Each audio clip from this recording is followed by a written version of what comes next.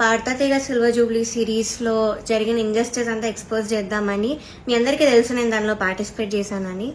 So అక్కడ ఏదైతే జరిగిందో అదంతా నేను ఇక్కడ క్లియర్గా చెప్తాను వీడియోలో. స్టోరీస్ పెట్టాను, చాలా మంది థౌజండ్స్ ఆఫ్ రిప్లైస్ వచ్చాయి స్టోరీకి ఏం జరిగింది అని. సో దీనిలో అంతా నేను క్లియర్గా ఎక్స్ప్లెయిన్ చేస్తాను, మిస్ అవ్వకుండా లాస్ట్ వరకు ఈ వీడియోని చూడండి. సో ఈ వీడియో చేద్దాం అనుకునే ముందు చాలా మంది ఆపడానికి వచ్చారు నన్ను ఈ మ్యూజిక్ ఫీల్డ్ నుంచి. బికాజ్ నీ కెరియర్ ఎఫెక్ట్ అవుతుంది, నీకు మంచి ఫ్యూచర్ ఉంది, ఎందుకు పాడు చేసుకుంటున్నావు అని చాలా మంది ఆపడానికి ట్రై చేశారు. కానీ నేను ఇంకా డిసైడ్ అయ్యాను నాకు మ్యూజిక్ ఫీల్డ్కి సంబంధం ఉండదు అని. బికాజ్ ఇంత ఇంజస్టిస్ జరిగేటప్పుడు నాకు ఉండాలని లేదు. పార్థతీగ రియాలిటీ షోస్ అనే కాదు, దాని బయట కూడా చాలా జరుగుతున్నాయి. I make a different video for that. కానీ ఈ వీడియో మాత్రం ఓన్లీ ఫర్ పార్థతీగ. సో నేను డిసైడ్ అయింది అందుకే. చాలా ఇంజస్టిస్ జరుగుతుంది అండ్ ఎవరు కూడా nobody should suffer all that. అందుకే నేను ఈ వీడియో చేస్తున్నాను. ఆల్సో చాలా మంది అడిగారు అసలు ఈ సీజన్ కి ఎందుకు వెళ్ళావు, అసలు మళ్ళీ ఎందుకు వెళ్ళావు పార్థతీగకి, సూపర్ సింగర్ లో విన్నర్ అయ్యావు కదా అని చాలా మంది పెట్టారు. ద రీజన్ ఇస్ యాక్చువల్లీ నేను 2017లో ఎస్పీబీ సార్ ఉన్నప్పుడు పాడాను. చాలా చాలా బాగా జరిగింది ఆ సీజన్. అసలు ఎలాంటి ట్రామాటిక్ ఎక్స్పీరియన్స్ అవ్వలేదు, చాలా హ్యాపీగా సాగిపోయిన సీజన్ అంతా కూడా. అప్పుడు డైరెక్టర్ శాస్త్రి అంకుల్ ఉండేవాళ్ళు అండ్ ప్రొడక్షన్ హౌస్ కూడా డిఫరెంట్ ఉండేది అప్పట్లో, ఇప్పుడున్న ప్రొడక్షన్ కాదు. సో అది చాలా పీస్ఫుల్ గా చాలా బాగా జరిగింది ఫైనల్స్ వరకు కూడా.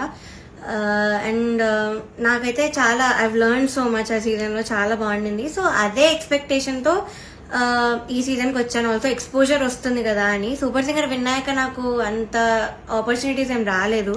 సో దీనిలో చేస్తే వస్తుంది కదా, ఎక్స్పోజర్ ఉంటుంది కదా అని ఒక థాట్ తో వచ్చాను. అండ్ దానిలో తప్పేం లేదు కదా. సో ఆ ఒక్క థాట్ తోనే నేను ఈ సీజన్ కి వచ్చాను. కానీ అంతా ఆపోజిట్ జరిగింది. సో మొన్న థర్డ్ షెడ్యూల్ షూట్ అయింది.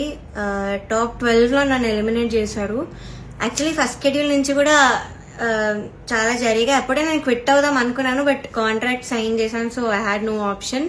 మీరు అనుకోవచ్చు ఎలిమినేట్ అయింది కాబట్టి ఇదంతా ఇప్పుడు కోపంతో చెప్తుందేమో అని. కానీ కాదు, ఉన్నప్పుడు నేను చెప్పలేను. కానీ ఎలిమినేట్ చేశాక నాకు ఆ ధైర్యం వచ్చింది అంతా చెప్పడానికి. సో జడ్జెస్ గురించి కానీ అక్కడ ఆ ప్రొడక్షన్ వాళ్ళు ఎలా ట్రీట్ చేశారని కానీ నేను అంతా దీనిలో బయట పెడతాను. సో నేను ఒక గుడ్ థింగ్ తో స్టార్ట్ చేస్తాను. పార్థతీగలో ఒక good thing, orchestra Krishna uncle వాళ్ళు ఆ సీజన్ లో ఎవరైతే ఉన్నారో వాళ్ళే ఈ సీజన్ లో కూడా ఉన్నారు. వాళ్ళు మాత్రం చాలా సపోర్ట్ చేశారు, అందరితో ఒకేలా ఉంటారు. అండ్ మెంటర్ శ్రీనివాస్ సార్, ఆయన కూడా నన్ను ఎప్పుడు కూడా you are the most talented అని మొన్న కూడా నాతో వచ్చి చెప్పారు. సో వీళ్ళిద్దరికి మాత్రం I'm very very thankful. They are my favourite people. So this is the only good thing పార్థతీగ ఈ సీజన్ లో. సో ఫస్ట్ నేను జడ్జెస్ దగ్గర నుంచి స్టార్ట్ చేస్తాను. ఫస్ట్ సునీత గారు. Of course she is very beautiful. మీరు అంతే కైండ్ అని కూడా అనుకుంటారు, బట్ బ్యూటీకి కైండ్నెస్ కి ఎప్పుడు కూడా లింక్ ఉండదు. సో ఓకే, మీరు అబ్జర్వ్ చేయండి ఫస్ట్ ఎపిసోడ్ నుంచి కూడా ప్రతిసారి నేను స్టేజ్ మీదకి వచ్చిన ప్రతిసారి వాడు ఒక ఫేస్ ఇస్తారు. అది ఎవరికి పెట్టరు ఆ ఫేస్, బట్ ఓన్లీ నాకు ఆ డిస్గస్టెడ్ లుక్ పెడతారు ఫేస్ మీద. ఇది యాక్చువల్లీ చాలా మంది వెల్ విషర్స్, నా ఫ్యాన్ పేజెస్ అందరూ కూడా నన్ను అడిగారు. కావాలంటే నేను స్క్రీన్ షాట్స్ పెడతాను. ఇది ఎందుకు ఇలా did something happen behind the screen, ఏమైనా అయ్యిందా మీ ఇద్దరికి, లేకపోతే ఏమైనా గొడవ అయిందా అని ఇలా చాలా మంది అడిగారు. ఎందుకు ఆవిడ ఇలా ఫేస్ పెడుతున్నారు మీరు రాగానే అని. సో కానీ నేను చాలా డిఫెండ్ చేయడానికి ట్రై చేశాను. బికాస్ నాకు అప్పుడు తెలీదు, నేను ఏదో అలా ఆలోచిస్తున్నాను, వీళ్ళందరూ అలా ఆలోచిస్తున్నారేమో అనుకున్నాను. నాకు తెలియదు అప్పట్లో, ఐ డెంట్ రియలైజ్. సో నేను డిఫెండ్ చేశాను కూడా. సో నాకు ఎప్పుడు క్లారిటీ వచ్చిందంటే అంతరామమయం పాడే ముందు సౌండ్ చెక్ అయ్యేటప్పుడు ఇన్ ఇయర్స్ పెట్టుకున్నాను. అండ్ ఆవిడ దగ్గర ఒక మైక్ ఉంది, అది ఆన్ ఉంది. అది పాపం వాడికి తెలీదు, మైక్ ఆన్ ఉంది, నేను ఇన్ ఇయర్స్ పెట్టుకున్నాను. సో కీరవాణి గారితో ఇలా చెప్తున్నా అనమాట, ఈ అమ్మాయికి అసలు హై రేంజ్ వాయిసే కాదు, హై పిచ్ రాదు, కానీ మేనేజ్ చేసేస్తారు, మీరు చూడండి, ఈ సాంగ్ లో తెలుస్తుంది చూడండి మీకు, అది ఇదని చాలా ఎక్కిస్తున్నారు సార్కి. And it hurt me so bad stage మీద నించున్నప్పుడు. అప్పటికే నా సెల్ఫ్ ఎస్టీమ్ ఇలా ఆల్మోస్ట్ కిందకి దిగిపోయింది. చాలా ఏడుపు వచ్చేసింది ఆ టైంకి. కంట్రోల్ చేసుకొని లేదు, I have to do this అని నేను అంతరామమయం పాడాను. అండ్ ఆ పాటకు వచ్చిన అప్రిసియేషన్ నాకు ఇంకే పాటకు రాలేదు అప్పటి వరకు. సో అంతరామమయంకి బయట ఎవరు కలిసినా కూడా అందరు చెప్పారు నాకు వాయిస్ చాలా బాగా వచ్చింది ఆ పాటలో అని, కానీ చాలా బాగుంది ఆ పాట అని. అది యాక్చువల్లీ చాలా సాంగ్స్ ఇచ్చాం, రాముడు రౌండ్ కి చాలా ఇచ్చాము. నేను ఏది ఇచ్చినా వద్దు వద్దు వద్దు అంటే ఇంకా లాస్ట్ ఆప్షన్ గా మేల్ సాంగ్ ఇచ్చాను, అంతరామమయం. సో అదే సెలెక్ట్ చేశారు and I tried my best. Male song అయినా కూడా ఐ గేవ్ మై బెస్ట్.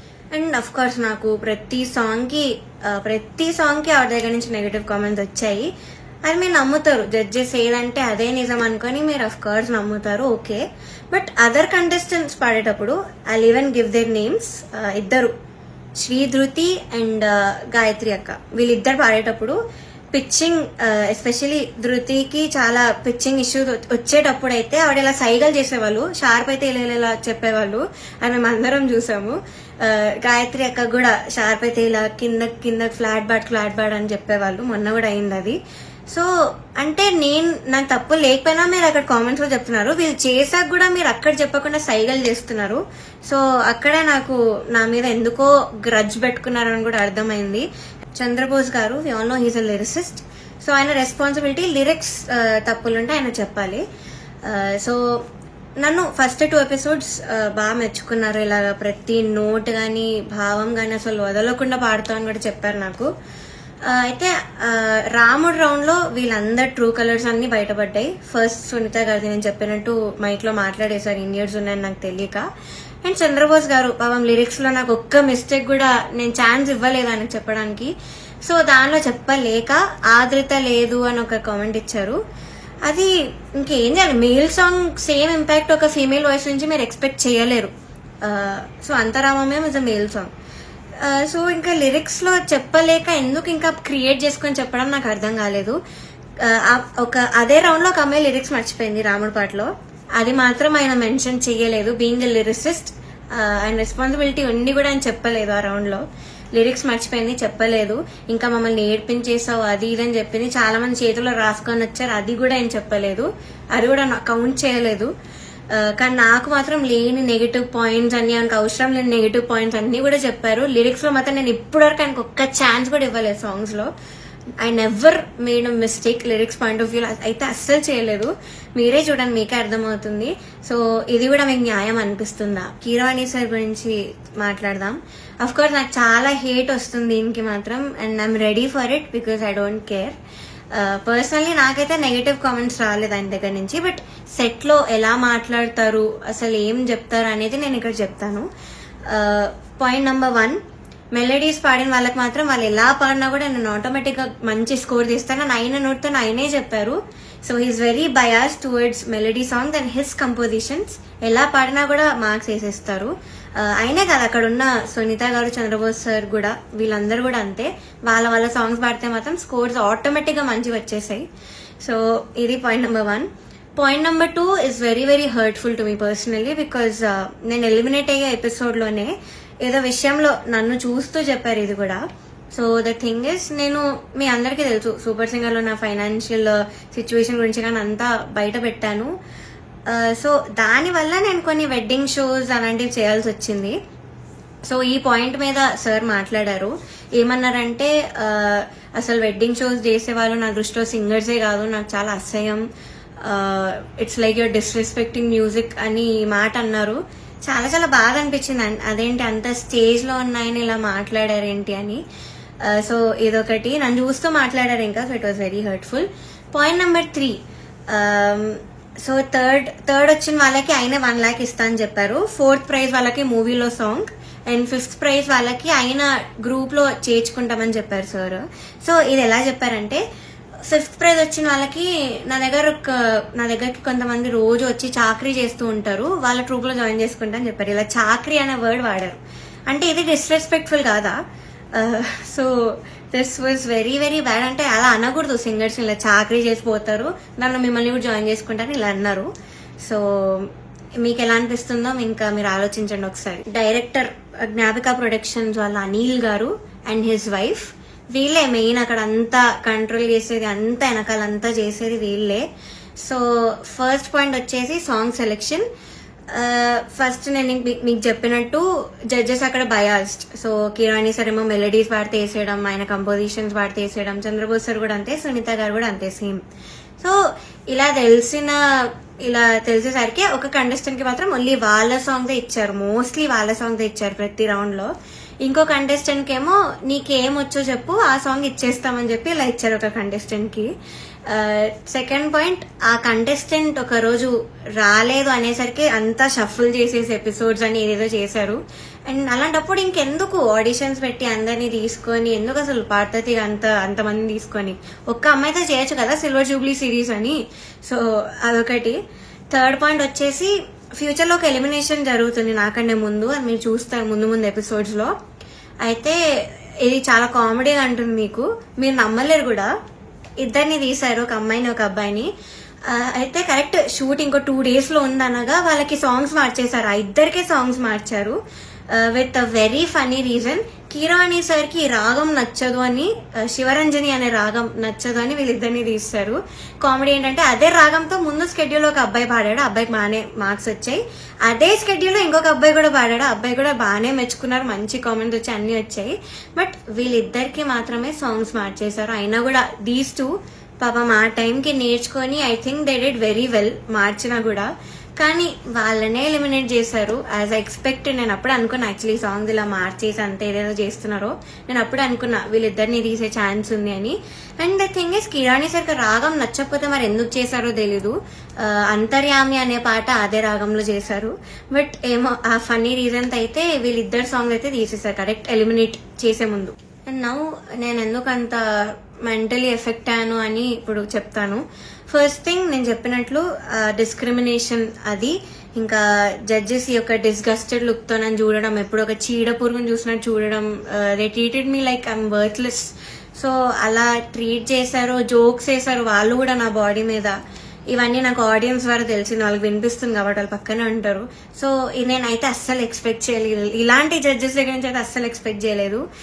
అంటే నేను ఇన్ని షోస్ చేశాను, తమిళ్లో పాడాను, అన్నిట్లో పాడాను, ఎప్పుడు కూడా ఇలాంటి ఎక్స్పీరియన్స్ ఒక జడ్జెస్ నుంచి అయితే నాకు ఎప్పుడూ లేదు. శ్వేతామోహన్ గారు ఇప్పటికి కూడా మాట్లాడతారు, నన్ను ఏంజెల్ అంటారు, the sweetest, the most talented అంటారు. అలాంటిది ఇక్కడ వీళ్ళే నన్ను ఇలా ట్రీట్ చేస్తున్నారు, ఇలాంటి మాటలు అంటున్నారని చాలా చాలా బాగా అనిపించింది. అండ్ సెకండ్ థింగ్, ప్రొడక్షన్ వాళ్ళు ఎస్పెషల్లీ అవుట్ఫిట్స్ విషయంలో మమ్మల్ని బొడ్డు కిందకి కట్టుకో, సారీస్ ఇచ్చి కిందకి కట్టుకో, ఇలా ఎక్స్పోజింగ్ చేయన్న వేలో చెప్పారు. చాలాసార్లు తిప్పేవాళ్ళు నన్ను ఎస్పెషల్లీ కరెక్ట్ పాడే ముందు. అంటే ఎగ్జాస్ట్ అయిపోయేదాన్ని ఆ టైంకి, అయినా కూడా ఐ గేవ్ మై బెస్ట్, అది వేరే విషయం. అండ్ ఇలా బాడీ షేమింగ్, ఆ కాస్ట్యూమ్ డిజైనర్ అయితే నా ఫేస్ మీద అన్నాడు, ఇలాంటి బాడీకి నేను ఇంకేం ఇవ్వగలను అన్న మాట అన్నాడు. ఏమో ఐ వాజ్ వెరీ వెరీ చాలా చాలా ఎఫెక్ట్ అయినాను మెంటలీ. ఈ విషయంతో మాత్రం సెల్ఫ్ ఎస్టీమ్ కానీ కాన్ఫిడెన్స్ కానీ అంతా లేకుండా పోయింది వీళ్ళనే మాటల వల్ల. అండ్ మీరు ఒకటి గమనించుంటే ఎస్పీబీ సార్ ఉన్నప్పుడు మాత్రం ఇలాంటి కుళ్ళు జోకులు, కామెడీలు, డాన్సులు చేయడం మాత్రం ఎప్పుడూ కూడా లేదు. మీరు ఒక్కసారి అన్ని సీజన్స్ రివైండ్ చేసుకొని చూడండి, నా సీజనే చూడండి 2017లో. కానీ ఎప్పుడైతే జ్ఞాపిక ప్రొడక్షన్ అనేది వచ్చిందో అప్పటి నుంచి ఇవన్నీ స్టార్ట్ అయ్యాయి. So they are the main reason ఈ పార్థతిగా ఇలా అయిపోవడానికి కారణం వాళ్ళే. మమ్మల్ని ఇలా డాన్స్లు వేయమని, అదేవో కుళ్ళు జోకులు చెప్పమని. మీరు ముందు చూస్తారు ఇప్పుడు ఎర్రని కొరదని గోపాలలో నేను చాలా డాన్స్ చేశాను, నెక్స్ట్ వచ్చే ఎపిసోడ్ లో కూడా డాన్స్ చేశాను, because I was forced to dance. So చేశాను. నేను ఇప్పటివరకు అయితే అంత డాన్స్ ఎప్పుడూ చేయలేదు ఏ రియాలిటీ షోలో, కానీ చేశాను, మీరే చూస్తారు. అండ్ మాకు ట్రాన్స్పోర్ట్ లో ఒక కంటెంట్ మేనేజర్ మాత్రమే వచ్చేవాళ్ళు కార్లో, బికాజ్ మా ఇంటి పక్కన ఆయన కూడా ఉంటారు.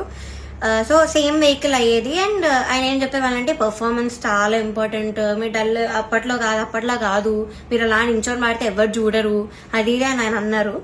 And one more thing is, Janaki అమ్మ రౌండ్ జరిగింది. మీ అందరికీ తెలుసు నాకు జానకి అమ్మకు ఉన్న బాండింగ్, నా పోస్ట్ కూడా ఉంటుంది అక్కడ ఇన్స్టాగ్రామ్ లో. సో అన్ని ఫొటోస్ ఉన్నాయి నా దగ్గర, ఆమెతో అంత ఎక్స్పీరియన్స్ ఉంది అమ్మమ్మతో, చాలా స్వీట్ మెమరీస్ ఉన్నాయి. అవన్నీ నేను చెప్దాం అనుకున్నా కూడా నేను చెప్పనివ్వలేదు స్టేజ్ మీద. అండ్ నా ఫొటోస్, అంకుల్ ఇలా ఫొటోస్ వేస్తారా, సో నేను ఎక్స్పీరియన్స్ అంతా చెప్తాను, నాకు అమ్మమ్మ గురించి నేను మంచిగా చెప్దాం అనుకున్నాను అంటే కూడా నన్ను ఒప్పుకోలేదు. వేరే కంటెస్టెంట్స్ అందరూ ఫీల్ అవుతారమ్మా అది ఇది అని చెప్పి నన్ను ఆపేశారు. బట్ కె రాఘవేంద్రరావు గారి ఎపిసోడ్ అయింది మొన్న స్కెడ్యూల్లో. అండ్ ధృతి is very very close to him, అక్కడ ఉన్న అందరితో క్లోజ్, జడ్జెస్ తో కూడా ఆఫ్ కోర్స్. సో అయిన ఫొటోస్, తన ఫొటోస్ మాత్రం వేశారు అండ్ తనతో చెప్పించారు. నేను చేస్తే మాత్రం వద్దని, తను చేస్తే మాత్రం మంచిగా చూపించారు, అంత హైప్ చేశారు. ఇది మీకు న్యాయం అనిపిస్తుందా మీరే చెప్పండి. నౌ థర్డ్ ఫైనల్ స్కెడ్యూల్, అంటే నేను ఎలిమినేట్ అయిన స్కెడ్యూల్ అయితే 4 రౌండ్స్ ఇచ్చారు, 6 గా డివైడ్ చేశారు. కామెడీ ఏంటంటే కొంతమంది క్లాసికల్ రౌండ్, కొంతమంది కాలేజ్ రౌండ్ అంట, ఒక చెత్త రౌండ్ ఒకటి పెట్టారు. దానిలో చెత్త పాసిబుల్ సాంగ్స్ అన్ని ఇచ్చారు, అంటే సింపుల్ గా పాడి పడేసేవి. దానికి క్లాసికల్ రౌండ్ కి మార్క్స్ కి కంపేర్ చేశారు. ఇది ఒక కామెడీ విషయం ఈ స్కెడ్యూల్లో. మీ అందరికి తెలియాలి కాబట్టి చెప్తున్నాను అంత క్లియర్ గా. సో ఇది జరిగింది. ఓకే, నేను ఎన్నో రాత్రులు వస్తాయి పాడాను డ్యూయట్ రౌండ్ లో, which is Ilaiyaraaja sir and SPB sir round మాట. వాళ్ళ బర్త్డేస్ వస్తున్నాయి కాబట్టి ఈ రౌండ్ ఇచ్చారు. డ్యూయట్ రౌండ్ వేరే ఒక అన్నతో పాడాను. అయితే ఇదైతే I did very very well. Especially orchestra నుంచి చాలా అప్లోజ్ వచ్చింది ఈ పాటకి. నా హై నోట్స్ మీద ఎక్కువ మెచ్చుకున్నారు, చాలా బాగా వచ్చింది, వాయిస్ లో చాలా బాగుండింది, చాలా హాయిగా ఉండింది మైక్ లో. ఆ రోజు వింటుండే సిస్టమ్ గా చెప్పారు ఆ రోజు స్టేజ్ మీద. నాకైతే పక్కకు పిలిచి కూడా చాలా మంది చెప్పారు. కానీ సునీత గారు ఆఫ్ కోర్స్ మళ్ళీ అదే కామెంట్, నీకు రేంజ్ లేదు, నీకు హై నోట్స్ రావు, నీకు స్కేల్ ఎక్కువ అయిపోయింది, యూ ఆల్వేస్ స్ట్రగుల్, మనం దీని మీద మాట్లాడుకోవాలి అని చెప్పారు. I don't think so, because నేను ఎన్ని షోస్ చేశాను, ఎందుకు మన ఎస్పీబీ సరే నన్ను మెచ్చుకున్నారు అప్పుడు పడుతుంది కదా నా హెడ్ వాయిస్ గురించి. అండ్ మన సూపర్ సింగర్ లో శ్వేతా మోహన్ గారు అన్ని లాంగ్వేజెస్ లో పాడారు, ఆవిడ. సుజాత మోహన్ గారు అన్ని లాంగ్వేజెస్ లో పాడారు, ఆవిడ నన్ను మెచ్చుకున్నారు. ఇలాగా నీది బేస్ రేంజ్ వాయిస్ అయినా కూడా నువ్వు ఎంత బాగా పాడుతున్నా, అసలు తెలియకుండా ఎంత బాగా పాడుతున్నా, ఎంత క్లీన్ గా వినిపిస్తున్నా, హై నోట్స్ అన్ని కూడా చెప్పారు. తమన్ సార్ కూడా మెచ్చుకున్నాను అన్ని విషయంలో. కానీ సునీత గారు మాత్రం అదే పాయింట్ మీద చెప్తారు ఎప్పుడు కూడా. సో ఇలా జరిగింది. అండ్ సారేగామే లాస్ట్ నేను ఎలిమినేట్ అయిన రౌండ్ పాడింది Saregama. I think that was the best performance. నా కెరియర్ లో కూడా నేను ఇప్పటివరకు నాకు తెలిసి అంతలా పర్ఫార్మ్ చేయలేదు. వస్తుంది, మీరే చూస్తాను నేను ఎలా పాడాను సారేగామే. ఇంకా నాకున్న కోపం అంతా కూడా ఆ సింగింగ్ లో నేను చూపించాను ఆ రోజు. మేడ్ సో మెనీ ఇంప్రూవైజేషన్స్ అప్పటికప్పుడు చేసి పాడాను నేను కొన్ని స్టేజ్ మీద సారేగామేలో. అండ్ ఆ రోజు టాప్ 1 వచ్చిన అమ్మాయి, ఆ అమ్మాయి చంద్రబోస్ గారు పాట పాడింది ఆ కాలేజ్ రౌండ్ లో. సో ఆ పాటలో ఏదేదో ఇంప్రూవైజేషన్స్ చేసింది, అది అవుట్ ఆఫ్ పిచ్చింగ్ ఉండే మోస్ట్ ఆఫ్ దెమ్. అది లాస్ట్ లో లిరిక్స్ మర్చిపోయి నానా అని పాడింది. అది ఆయన కామెంట్స్ లో చెప్పకుండా అంతా అయిపోయాక అందరు క్లాప్స్ కొడుతుంటే పక్కన అనిల్ సార్ తో లిరిక్స్ మర్చిపోయింది అని అన్నాడా, నేను విన్నా, నేను అక్కడ అన్నా. అంటే బయటకు చెప్తున్నారు కాబట్టి, కానీ కామెంట్స్ లో చెప్పట్లేదు, ఆ మార్క్స్ లో కూడా ఆయన చూపించట్లేదు. How great is that. ఇంకొక అబ్బాయి అయితే లిరిక్స్ మార్చేసి ఏదేదో పాడాడు, కామెడీ పాట చేస్తారు, అది కిరాణి సార్ పాటే, అది కూడా అది లిరిక్స్ మార్చేసి ఏదో కామెడీ లిరిక్స్ యాడ్ చేసి పాడేశాడు ఎమోషనల్ సాంగ్. అయినా ఆయన స్టేజ్ మీదకి వచ్చేసి ఆ పాట కోరస్ పాడేసి, ఆయన పాట అంటే అంత ఎక్సైట్మెంట్ వచ్చేస్తుంది ఆయనకి. సో ఆటోమేటిక్ గా స్కోర్స్ కూడా అలానే పడిపోతాయి సేమ్ ఎక్సైట్మెంట్ తో. సో ఇది జరిగింది కరెక్ట్ ఎలిమినేషన్ ముందు అదే రౌండ్ లో. ఇంకా ఎలిమినేషన్ రౌండ్ వచ్చేసరికి ఫస్ట్ చంద్రబోస్ గారు లేచి వెళ్ళిపోయారు. నాకు పని ఉంది, హ్యావ్ టు గో, అది నిజమో కాదో ఎవరికి తెలీదు, బట్ హీ లెఫ్ట్. మంచిగా హ్యాపీగా వెళ్ళిపోయారు ఆయన. కరెక్ట్ 5-6 ఉన్నప్పుడు కీరవాణి సార్ ఈయన కూడా లేచి వెళ్ళిపోయారు. హీ వాజ్ లైక్ నాకు ఈ టెన్షన్ నా వల్ల కాదు, నాకు ఇంకేం సంబంధం లేదని లేచి వెళ్ళిపోయారు. బికాస్ ఆయన మనస్సాక్షికి తెలుసు అక్కడ. సో లేచి వెళ్ళిపోయారు. కానీ సునీత గారు మాత్రం అఫ్ కోర్స్ నా మీద అంత గ్రడ్జ్ ఉన్నప్పుడు నేను ఎలిమినేట్ అవ్వడం చూడాలి కదా. సో ఆవిడ మాత్రం అలానే కూర్చున్నారు, ఎంత ఒక ఈవిల్ స్మైల్ తో ఫేస్ మీద. I still remember that face, నా మైండ్ లో తిరుగుతుంది అది. నేను మాత్రం ఏడుపు కంట్రోల్ చేసుకుంటున్నా, ఐఎమ్ కంట్రోలింగ్. లేదు, ఐ షుడెంట్ క్రై, నన్ను ఇంత టార్చర్ పెట్టారు, నేను ధైర్యంగా బయట పెట్టాలి, దానికి నేను ఏడవకూడదు, నేను మంచిగా ఎలిమినేట్ అవ్వాలి హ్యాపీగా అనుకున్నాను. సో నేను మాత్రం మంచి స్మైల్ పెట్టుకొని నించున్నా. అయితే లాస్ట్ ముగ్గురు ఉన్నాం లాస్ట్ కి. ఒకరు సేవ్ అయ్యారు, నేను ఇంకా ఇంకొక అన్న ఎలిమినేట్ అయిపోయాము, ఇద్దరం ఎలిమినేట్ అయ్యాము. అయ్యాక నాకు కొంచెం ఐ గాట్ ఎమోషనల్ గా, అయినా కంట్రోల్ చేసుకుని వెంటనే ఐ గేవ్ అ స్మైల్. అయితే my mother she saw all of these కదా, సో ముందు నుంచి తట్టుకుంటూ వస్తున్నాం, ఇంకా తన వల్ల కాలేదు. సో మా మదర్ స్టేజ్ మీదకి వచ్చి నన్ను తీసుకెళ్ళిపోవడానికి ట్రై చేశారు అక్కడి నుంచి. ఆ ట్రాఫీ ఇవేం తీసుకోకు, వద్దు వెళ్ళిపోదామని. సో అదే ఎమోషనల్ మైండ్ సెట్ తో సునీత గారి దగ్గరికి వెళ్ళి ఎందుకు ఇంత అన్యాయం చేశారు నేను ఇలానే అనింది మా మదర్. బట్ సునీత గారు ఆవిడ రిప్లై మాత్రం, నువ్వు వెళ్ళి ఇక్కడ ముందు ఇక్కడి నుంచి దయచేయి అనింది. ముందు ఇక్కడ నుంచి బయటకు వెళ్ళిపో అన్న వేలో ఆవిడ మాట్లాడారు. ఇలానే నువ్వు అన్నారు, which was very very cheap. అసలు ఎవరు ఎక్స్పెక్ట్ చేయరు అలాంటి జడ్జ్ నుంచి ఇలా మాటలు వస్తాయని.